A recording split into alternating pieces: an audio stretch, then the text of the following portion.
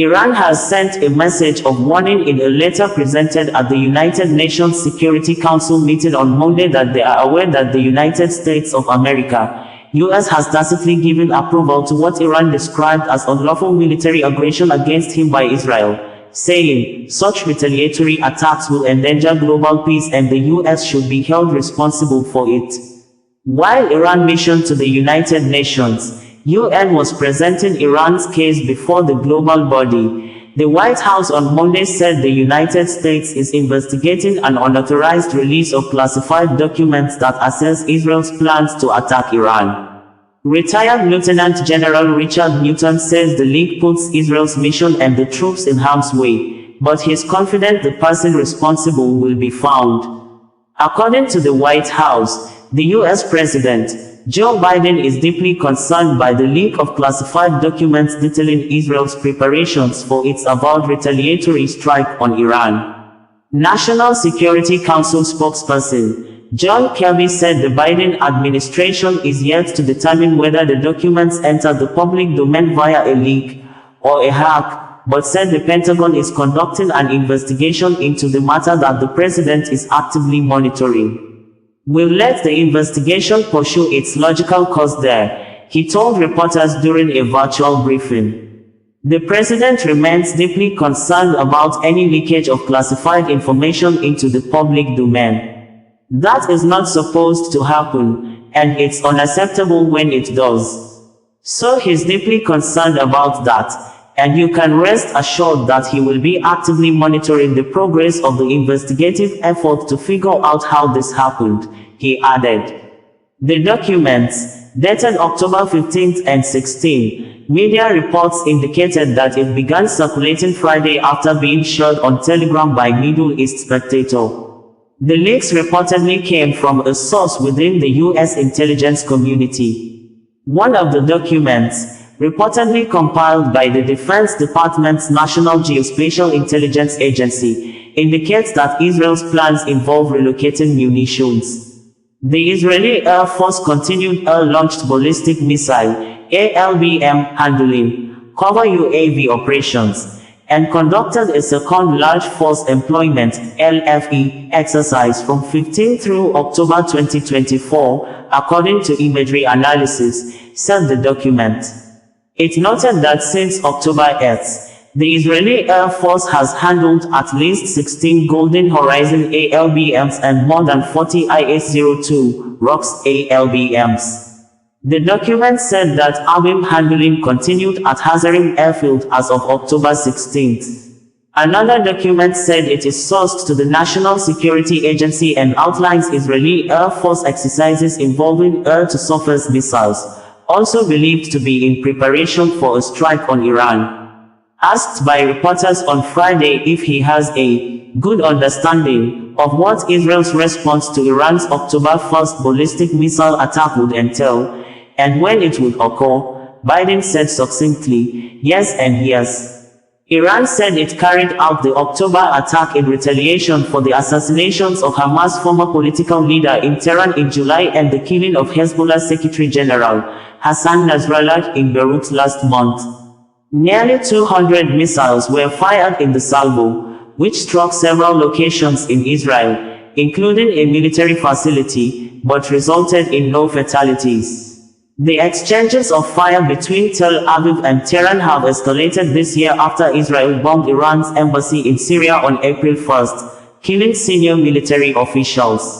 Iran responded to that attack 2 weeks later by launching hundreds of drones and ballistic missiles at Israel. Nearly all were intercepted by Israel, the U.S. and its allies. At the UN on Monday, Iran said the U.S. President, Joe Biden, has signaled tacit approval and explicit support for Israel's unlawful military aggression against Iran, citing remarks by Biden in Germany last week. The United States will bear full responsibility for its role in instigating, inciting and enabling any acts of aggression by Israel against the Islamic Republic of Iran, as well as for the catastrophic consequences on regional and international peace and security, Iran's UN mission said in a letter to the UN Security Council. President Joe Biden had on a visit to Berlin, told reporters he has an understanding of how and when Israel will respond to the missile attacks by Iran. There seems to be more trouble for Nigeria popular cross-dresser Idris Okuneye aka Bobrisky as the federal government, FG investigative panel set up by the Ministry of Interior says there were backdated documents of his transfer from one correctional center to another, and there was concern for possible act of corruption among prison officials following the kind of preferential or special treatments given to the cross-dresser. This appeared to be against the widely circulated media reports on Monday by some media houses which apparently to have wrongly or underreported the findings of the FG panel. The federal government investigative panel did not dismiss the allegation that Bobrisky served his jail term outside the prison wall.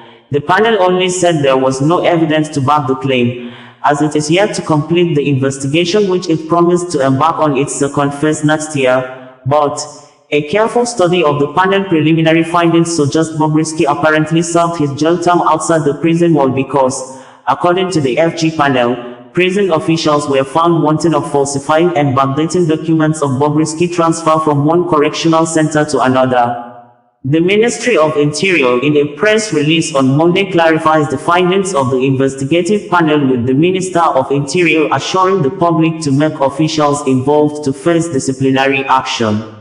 Nigeria Immigration Service NIS had stated in a press release on Monday that its men arrested Bobrisky while trying to flee the country at Seme border.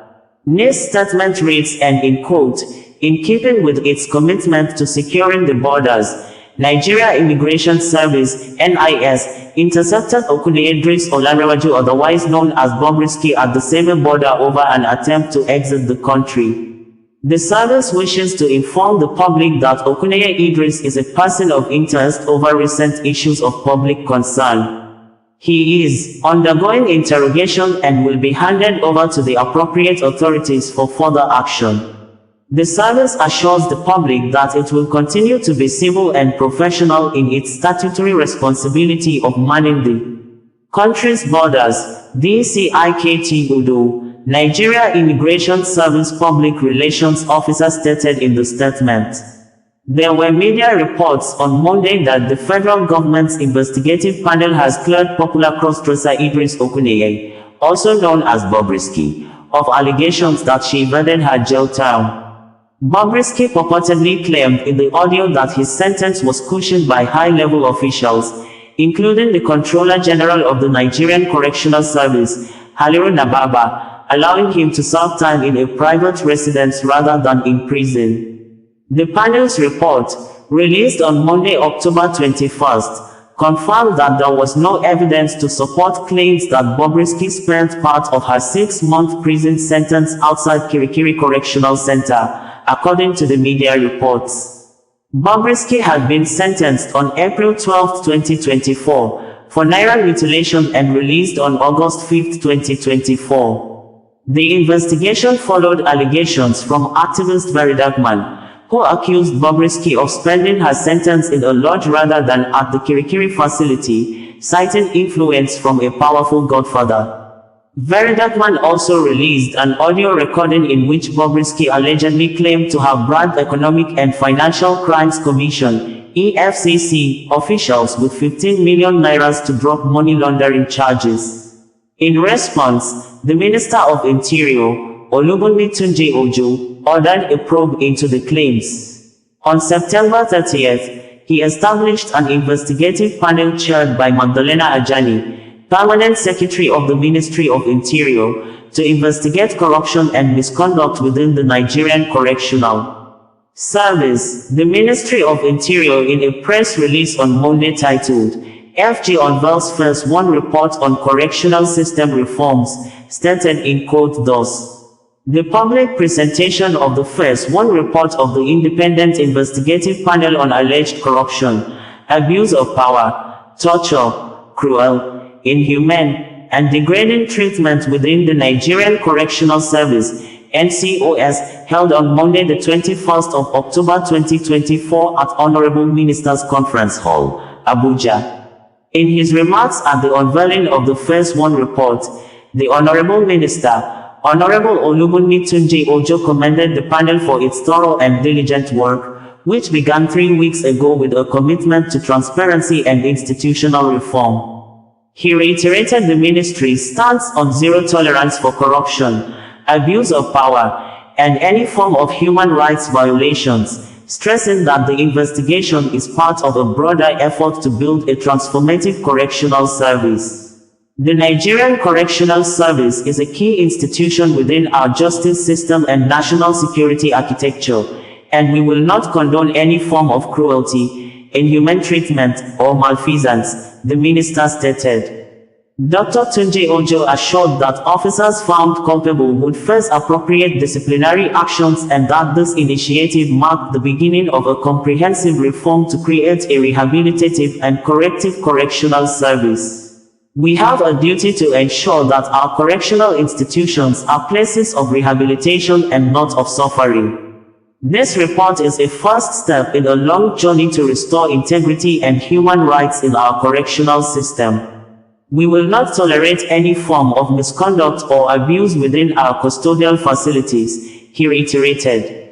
In the same vein, Chairman of the Committee and Permanent Secretary of the Ministry of Interior, Dr. Magdalene Ajani, reaffirmed the ministry's commitment to ensuring accountability and transparency throughout the reform process, noting that this first phase of the report serves as a foundational step towards achieving best practices in line with international standards for correctional services.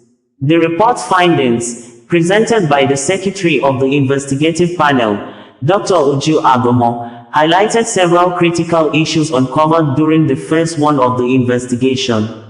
The committee investigated allegations regarding the treatment and privileges granted to Idris Okuneye, popularly known as Bobrisky, during his recent incarceration. The panel did not find any evidence that suggested that he slept outside the custodial center during the period of his imprisonment. The panel also noted that there were irregularities in his transfers between custodial centers, including backdated documentation. Additionally, Okuneye enjoyed privileges such as a furnished single cell, frequent visits, and access to amenities, raising concerns about possible preferential treatment and corruption. On the allegation of financial misconduct involving the family of a former chairperson of the defunct Pension Reform Task Team, Abdulrashid Minor, the committee confirmed that funds were transferred to the personal account of the officer in charge at Kuje Custodial Center, Deputy Controller of Corrections Kelvin Ikechukwu, by Minor's son, allegedly for the welfare of the inmate. This action was deemed unethical and a violation of the regulations governing correctional officers. The report also highlighted systemic issues, including widespread allegations of corruption, indiscipline, human rights violations, and poor welfare conditions for both inmates and correctional staff. The panel noted that these issues were exacerbated by the underfunding of the Nigerian Correctional Service and the poor working conditions of its officers. The committee further recommended urgent reforms, including clear operational guidelines, improved training for custodial officers, and measures to eliminate discriminatory practices based on inmates' socioeconomic status. It announced that the next phase of its work would involve broader investigations, public hearings, and the solicitation of memoranda from stakeholders to ensure transparency and public involvement in the reform process.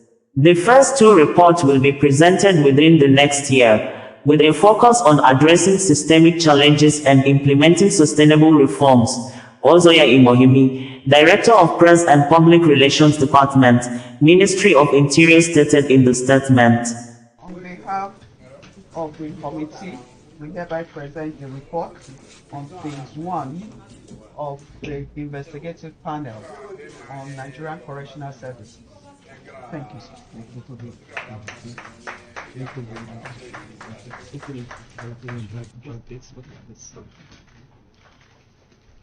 Sad that I'm the one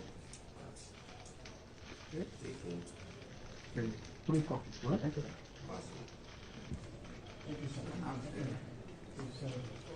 I want you to tell us his position when he was here. Here's the first phase report of the Independent Investigative Panel on the alleged corruption, abuse of power, torture, cruel, inhuman and degrading treatment against the Nigerian Correctional Service, which is being submitted today to the Honorable Minister of Interior, Honorable Dr. Olubimi Tunji Ojo. Here's a good summary. This interim report, which is the phase 1 report of the panel, focuses on the findings in relation to the investigation into specific cases, namely Mr. Idris Okuneye, widely known as Bobrisky, and to verify if he served his sentence in the Nigerian Correctional Service custodial centers, and to ascertain the veracity of the claim that an inmate in Kuje Custodial Center was intimidated, threatened, and defrauded by the officer in charge. It also highlighted other alleged violations by correctional officers which require further investigation as well as effective solutions. The finding of the panel thus far shows the following. 1.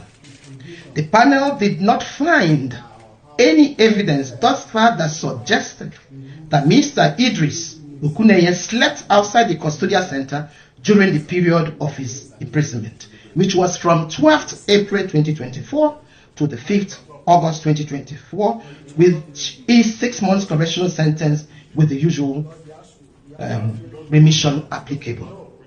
During this period, he was transferred from Ikoyi Custodial Center to Medium Security Custodial Center, Kirikiri, Apapa, Lagos, and that was on the 12th of April.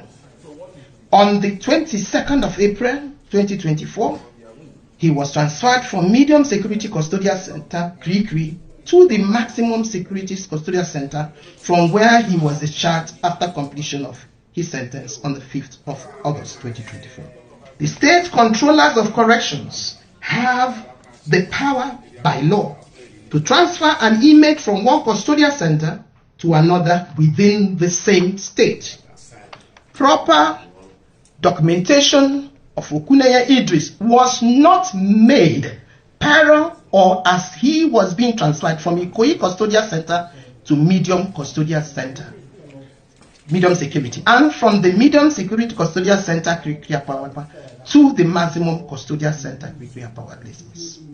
The documents were later provided on the 28th of September 2024 and backdated to the 12th of April 2024 and 22nd April 2024 respectively.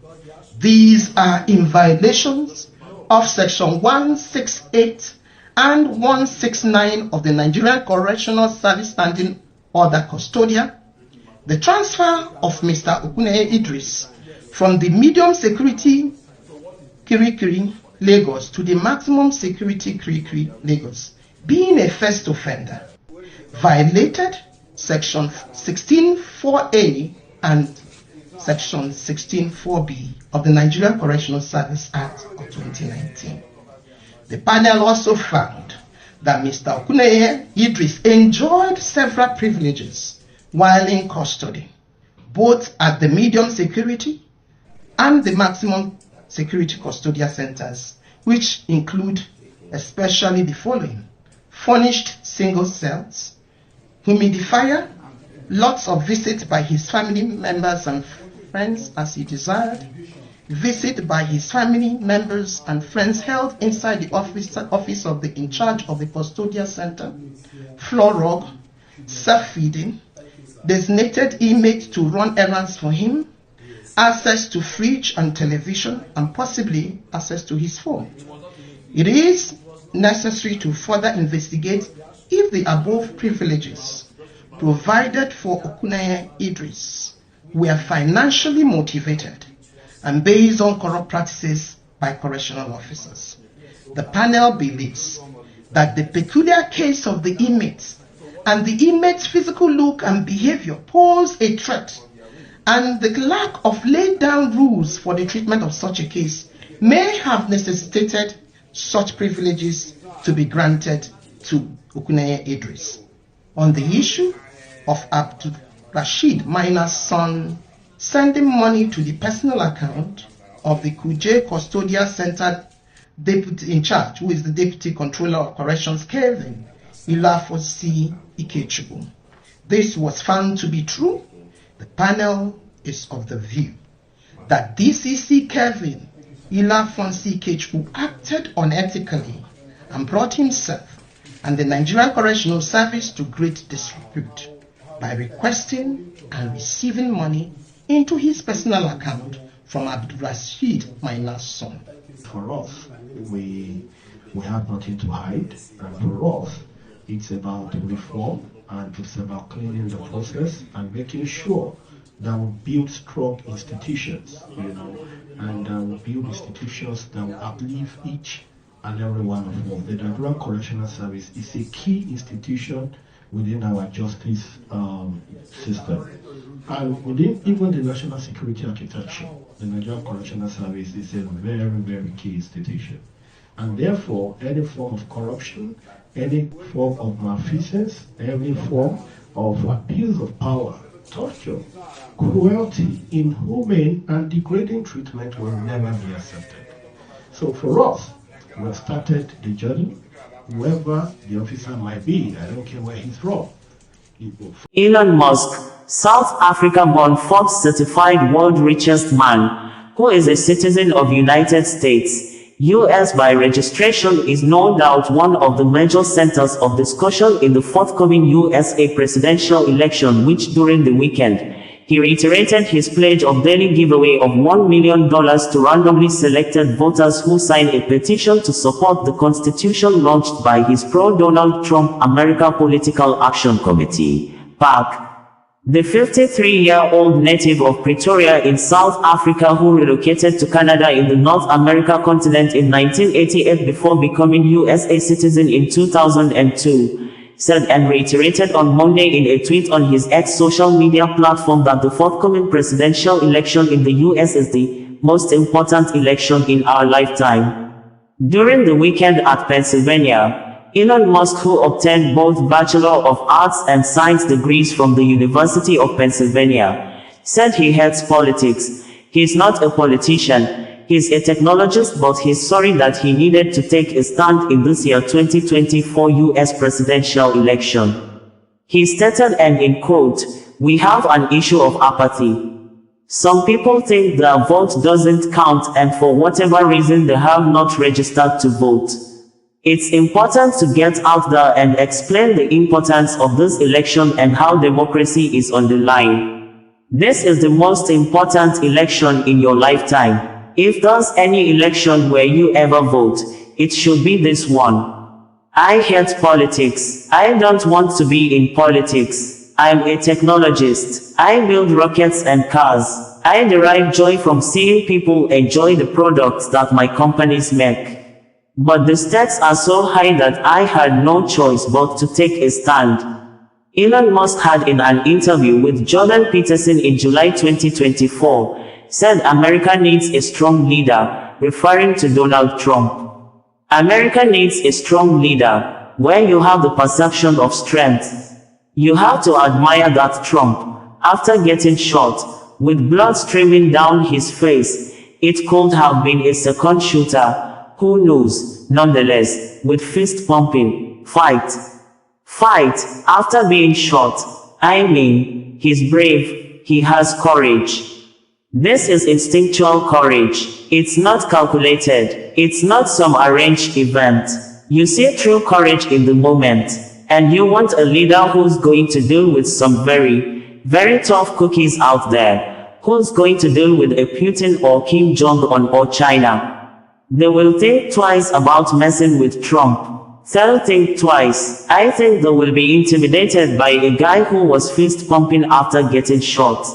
Meanwhile, Elon Musk came under scrutiny after he had pledged to award $1 million every day until Election Day in the United States on November 5th to randomly selected registered voters who signed a petition to support the constitution launched by his pro-Donald Trump America Political Action Committee, PAC.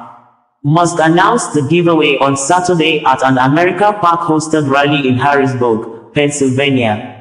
Many are seeing monetary action of Elon Musk during the election processes as a calculated attempt to use monetary influence to win voters' support for Donald Trump, just as legal experts are scrutinizing the scheme, as well as Pennsylvania's Democratic Governor, Josh Shapiro, who on Sunday asked law enforcement agents to launch an investigation into potential election interference with Elon Musk's daily giveaway program. Tesla CEO and ex-owner Elon Musk, who supports Donald Trump, appears on stage during an America Park town hall in Folsom, Pennsylvania, on October 17, 2024, explaining his stand in this year's U.S. election, reiterating that from October 17 to November 5, he will give $1 million to a randomly selected winner each day if he or she is a registered voter. He or she is from one of the following swing states: Pennsylvania, Georgia, Nevada, Arizona, Michigan, Wisconsin, or North Carolina.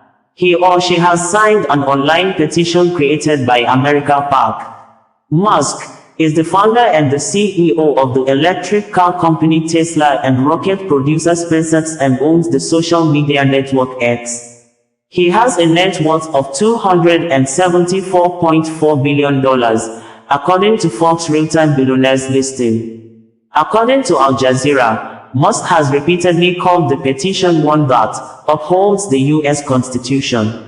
More precisely, the petition on a web page belonging to the America Park website says, "The First and Second Amendments guarantee freedom of speech and the right to bear arms. By signing below, I am pledging my support for the First and Second Amendments."